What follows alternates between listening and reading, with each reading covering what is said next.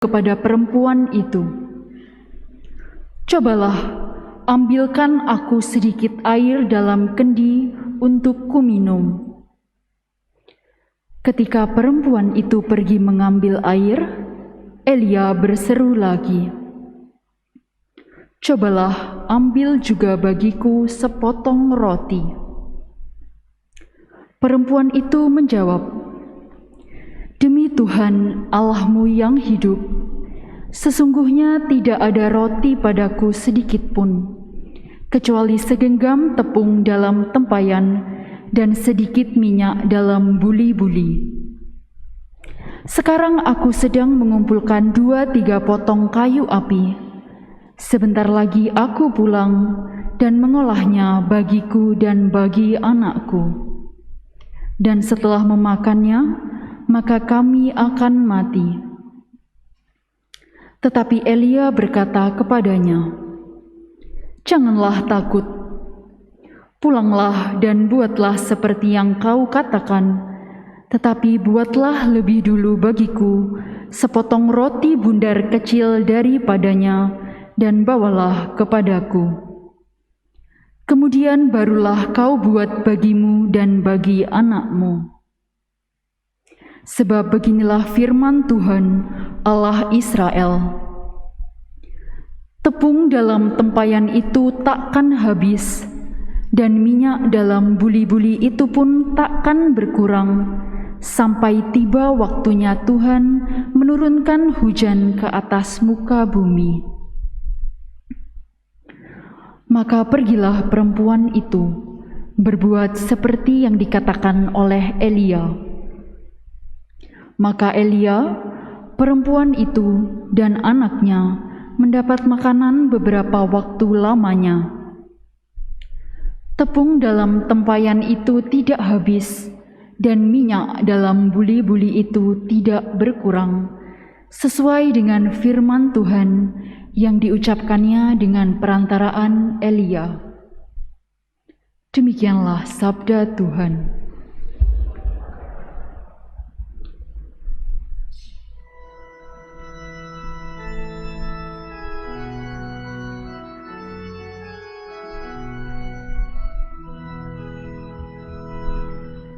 Pujilah Tuhan,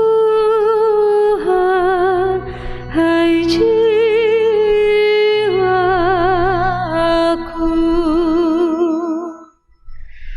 Pujilah Tuhan, hai jiwaku.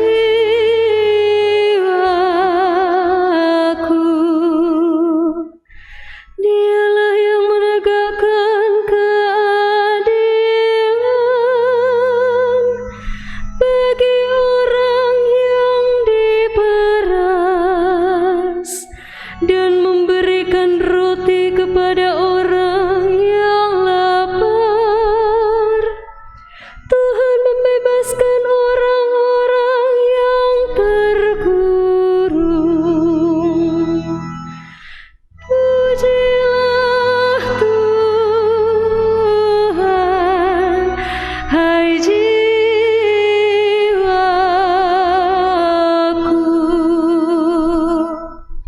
Tuhan membuka mata orang buta. Tuhan menegakkan orang yang tertunduk.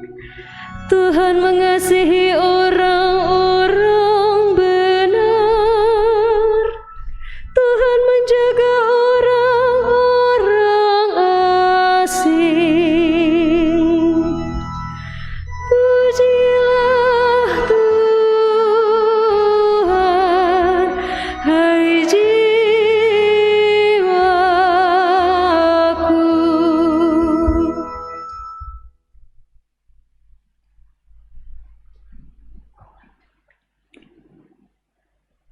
Bacaan dari surat kepada orang Ibrani. Saudara-saudara, Kristus telah masuk ke dalam tempat kudus, bukan yang buatan tangan manusia, yang hanya merupakan gambaran dari tempat kudus yang sejati. tetapi ke dalam surga sendiri, untuk menghadap hadirat Allah demi kepentingan kita. Ia pun tidak berulang-ulang masuk untuk mempersembahkan dirinya sendiri, sebagaimana Imam Agung setiap tahun masuk ke dalam tempat kudus, mempersembahkan darah yang bukan darahnya sendiri.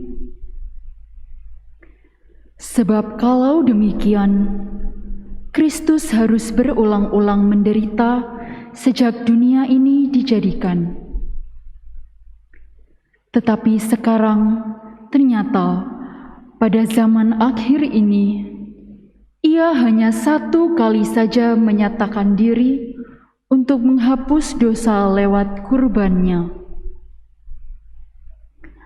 Seperti manusia ditetapkan Allah untuk mati hanya satu kali, dan sesudah itu dihakimi, demikian pula Kristus hanya satu kali saja mengorbankan dirinya untuk menanggung dosa banyak orang. Sesudah itu, Ia akan menyatakan dirinya sekali lagi tanpa menanggung dosa untuk menganugerahkan keselamatan kepada mereka yang menantikan Dia. Demikianlah sabda Tuhan.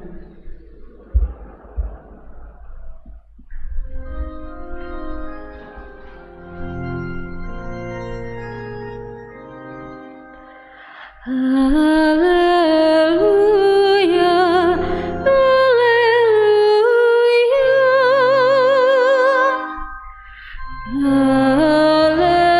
haleluya, haleluya. Berbahagialah orang yang miskin di hadapan Allah, karena merekalah yang mempunyai kerajaan surga. Haleluya, haleluya. Tuhan bersamamu.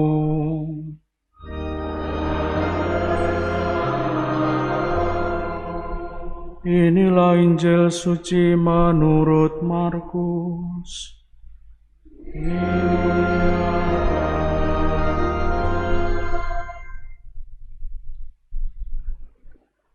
Pada suatu hari dalam pengajarannya, Yesus berkata kepada orang banyak, "Waspadalah terhadap ahli-ahli Taurat. Mereka suka berjalan-jalan memakai jubah panjang dan suka menerima penghormatan di pasar. Mereka suka menduduki tempat-tempat terdepan dalam rumah ibadat dan tempat terhormat dalam perjamuan. Mereka mencaplok rumah janda-janda sambil mengelabui orang dengan doa yang panjang-panjang.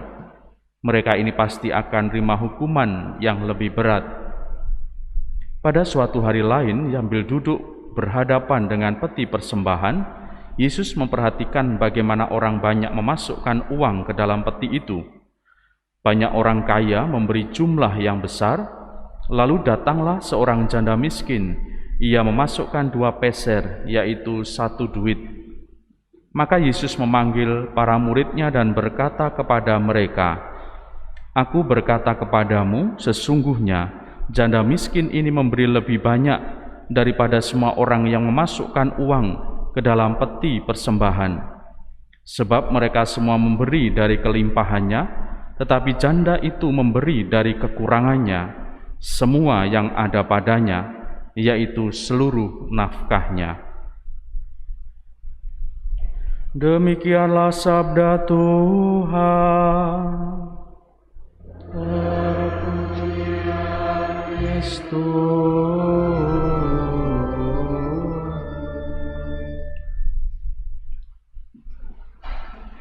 Saudari-saudaraku yang terkasih, merenungkan Injil hari ini, saya yakin kita akan lebih mudah kalau kita bisa melihat 2 perbedaan yang cukup besar, ahli-ahli Taurat dan janda miskin. Kalau soal perbuatannya, kita mungkin bisa bertanya dalam diri kita bahwa apa yang sebenarnya kita inginkan. Apakah seperti ahli-ahli Taurat atau seperti janda miskin? Kalau saya pasti seperti ahli Taurat ya, karena jubahnya panjang, selalu di depan dalam rumah ibadat. Tetapi bagaimana sebenarnya pengertian dan pemahaman akan sikap yang dibagi dua secara besar dalam Injil hari ini menurut Markus? Bagaimana ahli-ahli Taurat ini dikatakan dalam konsep sosial pada zaman itu memang memiliki kelas tertentu, dan tentu dari kelasnya itu dia memiliki karakter yang berbeda. Tapi Yesus mengkritisi sikap yang demikian karena apa? Karena sebenarnya apa yang tepat, apa yang benar tentu adalah yang murni, yang di sini disimbolkan dengan seorang janda miskin. Kalau kita tarik lebih dalam lagi sebenarnya saudari-saudaraku yang terkasih, dalam pengalaman kita, pengalaman iman, sebenarnya kita punya dua sisi yang seringkali bersandingan. Iman itu memiliki dimensi karakter yang fisik, yang kelihatan, yang disimbolkan. Tetapi di sisi lain, iman ini juga memiliki karakter yang personal, yang menjadi roh, menjadi jiwa, yang ada di dalam hati kita dan kita sendiri yang tahu. Dan kalau kita lihat dalam dua kategori itu, ahli-ahli Taurat ini bisa jadi menjadi simbol bagaimana iman itu hanya sebagai aksesoris yang kelihatan, yang disimbolkan, bahkan yang mungkin memang dipertunjukkan.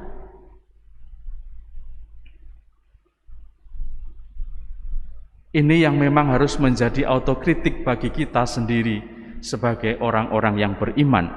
Apakah imanku ini memang sungguh-sungguh cerminan yang dari dalam, atau masih disibukkan dengan segala ornamen-ornamen keagamaan? Kalau kita membuat tanda salib, memang kita diminta dengan benar ya, tidak kecil ya. Apa kita pernah membuat perbedaan dalam membuat tanda salib? Kalau di gereja tanda salibnya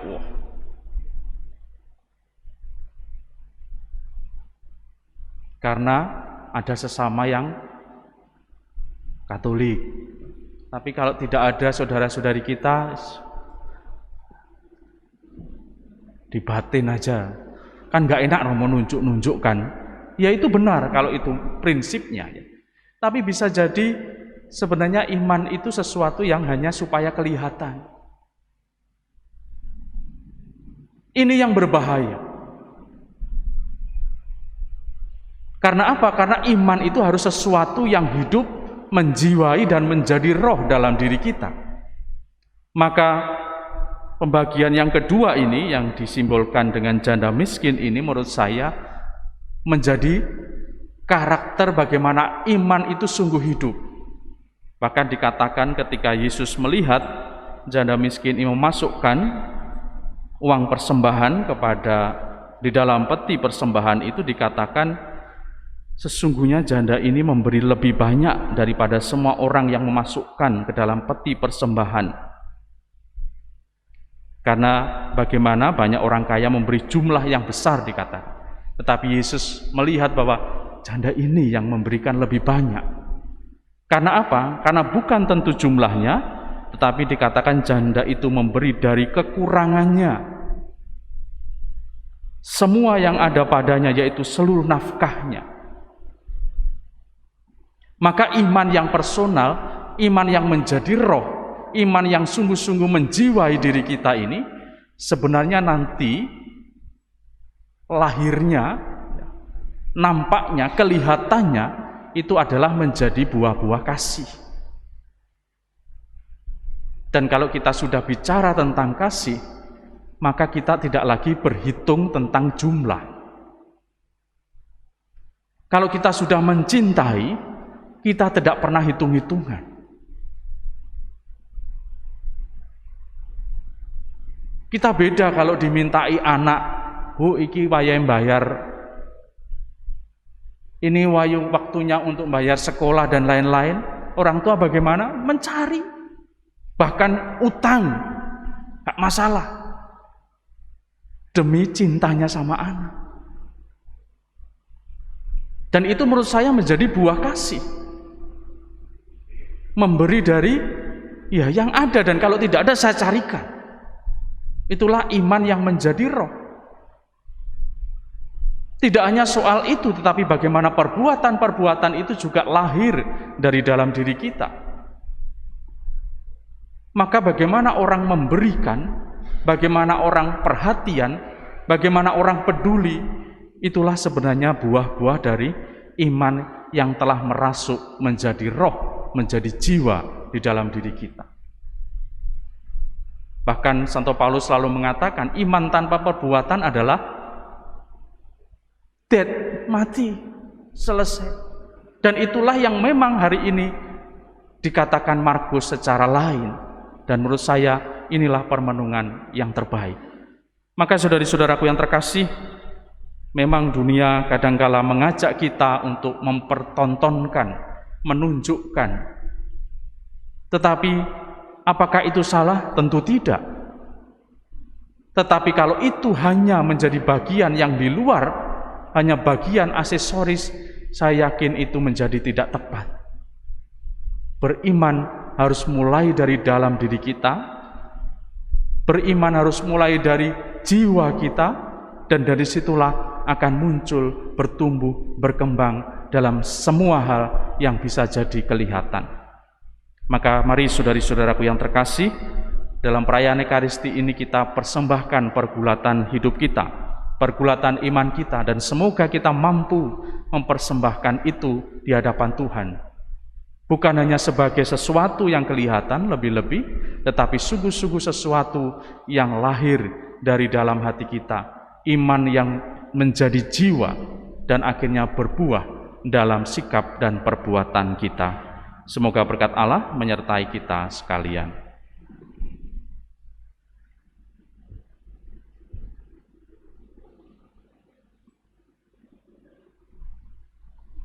Mari kita berdiri, kita ungkapkan iman kepercayaan kita.